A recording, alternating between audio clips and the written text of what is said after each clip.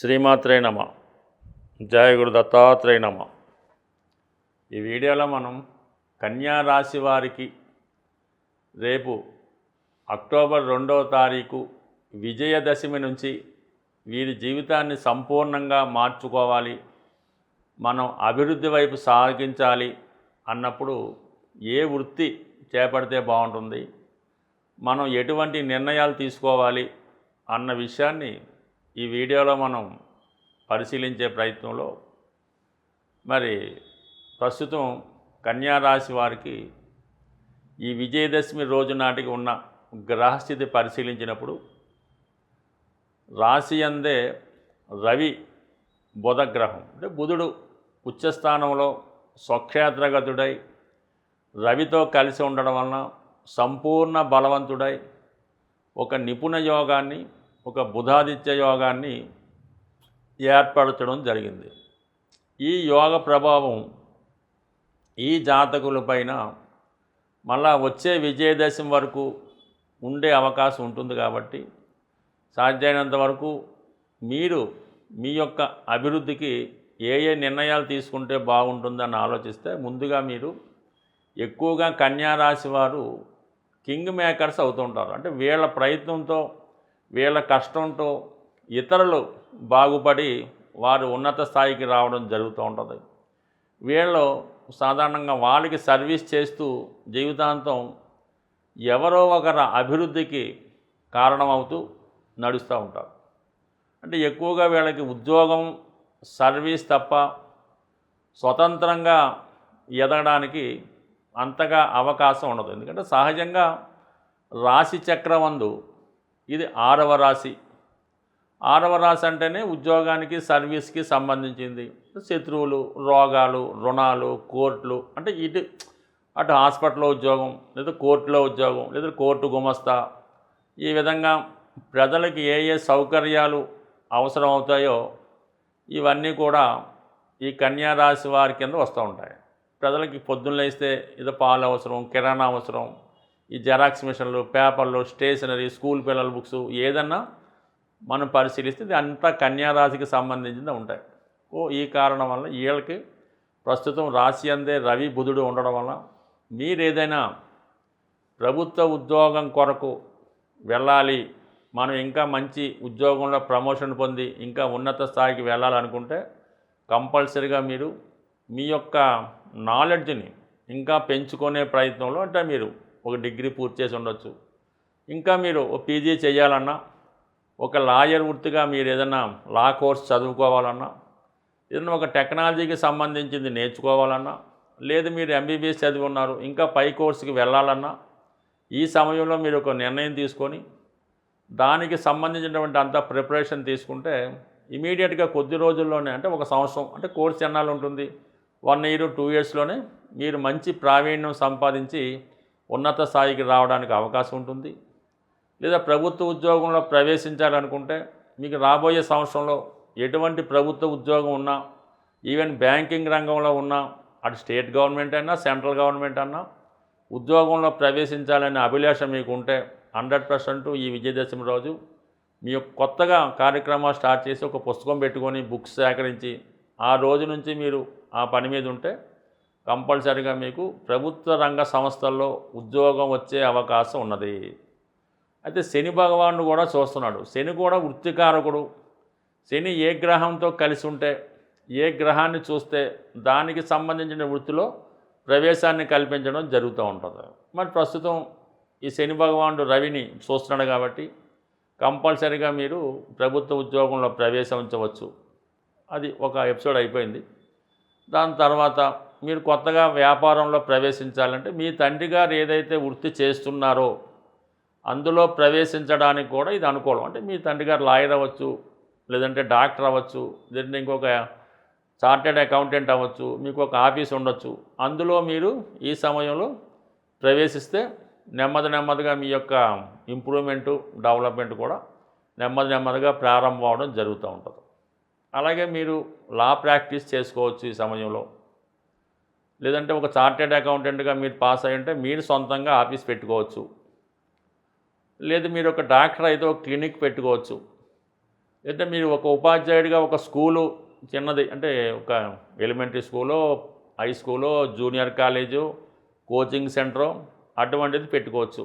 దానివల్ల కూడా మీకు బాగా రాణించే అవకాశం ఉన్నది. దాని తర్వాత ఏంటంటే ముఖ్యంగా మీడియేటర్గా మీరు ఈ సమయంలో పెళ్ళిళ్ళకి సంబంధించింది కానీ, ఉద్యోగాలు ఇప్పించేది కానీ చేసుకోవచ్చు.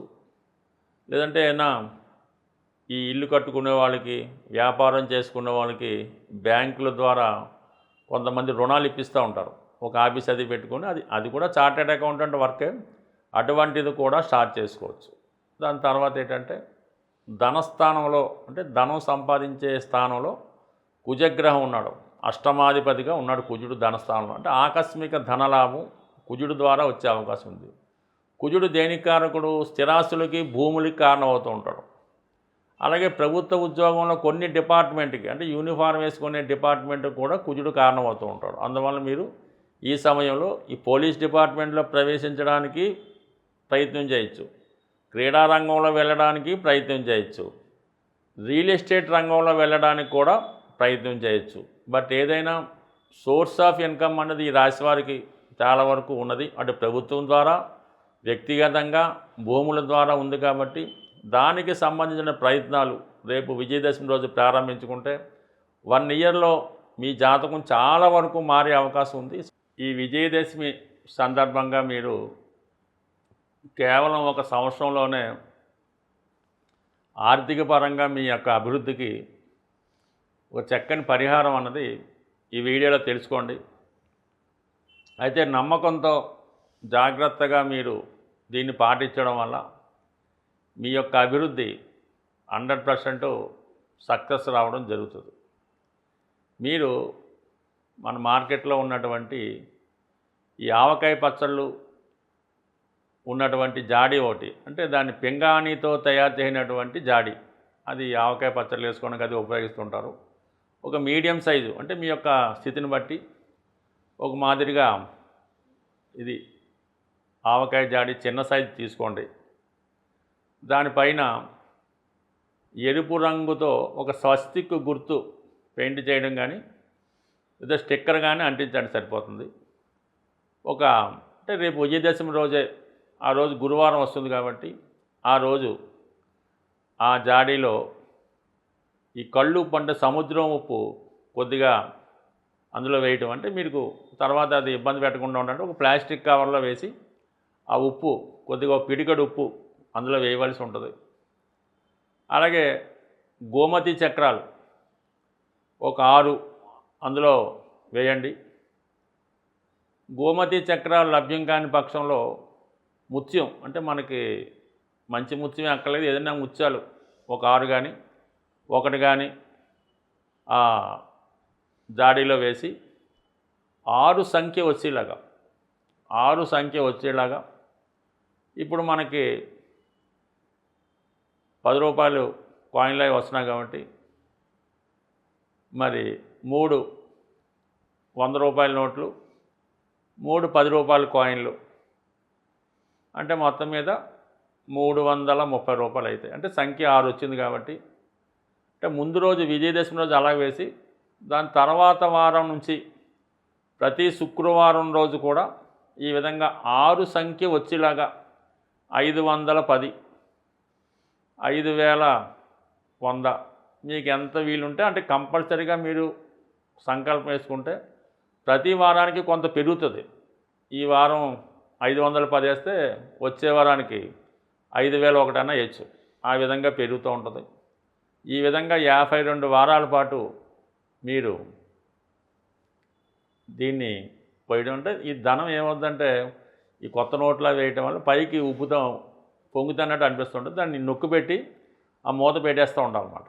ఈ విధంగా ధనం మీకు బయటకు వచ్చే విధంగా కంప్లీట్గా ఒక 1 ఇయర్ దాన్ని వేసి దాన్ని ఒక సంవత్సరం మళ్ళీ విజయదశమి రాజుకి ఆ ధనంతో ఏదైనా ఒక గోల్డ్ ఎంత వస్తే అంత గోల్డ్ అది కొని అమ్మవారి రూపో లేదన్నా పెట్టి మామూలుగా అది మీ ఇంట్లో మీ అర్ధాంగికో మీ మదర్కో లేదంటే అమ్మవారికో పెట్టడం వల్ల కంప్లీట్గా మీ యొక్క అభివృద్ధి మీరు ఒక సంవత్సరం పాటు చేసి చూడండి. ఇందాక మనం ఏ రాశి వారికి ఆ రాశి చెప్పిన విధంగా మీకు అనుకున్న విధంగా ఆ గ్రహానికి అనుకూలంగా అది చేస్తూ ఈ విధంగా ఈ రెమెడీ పాటించడం వల్ల అవకాశం లేని వాళ్ళు కేవలం 60 రూపాయలతో అయినా స్టార్ట్ చేయొచ్చు. ప్రతి వారం 60 రూపాయలు వేయటం వల్ల చాలా వరకు ఎందరికో ఇది మామూలు సాధారణ వాళ్ళు ఈరోజు కోటీశ్వరులుగా మారడం జరిగింది. ఒకసారి మీరు కూడా ఈ రెమెడీ ఆచరించండి.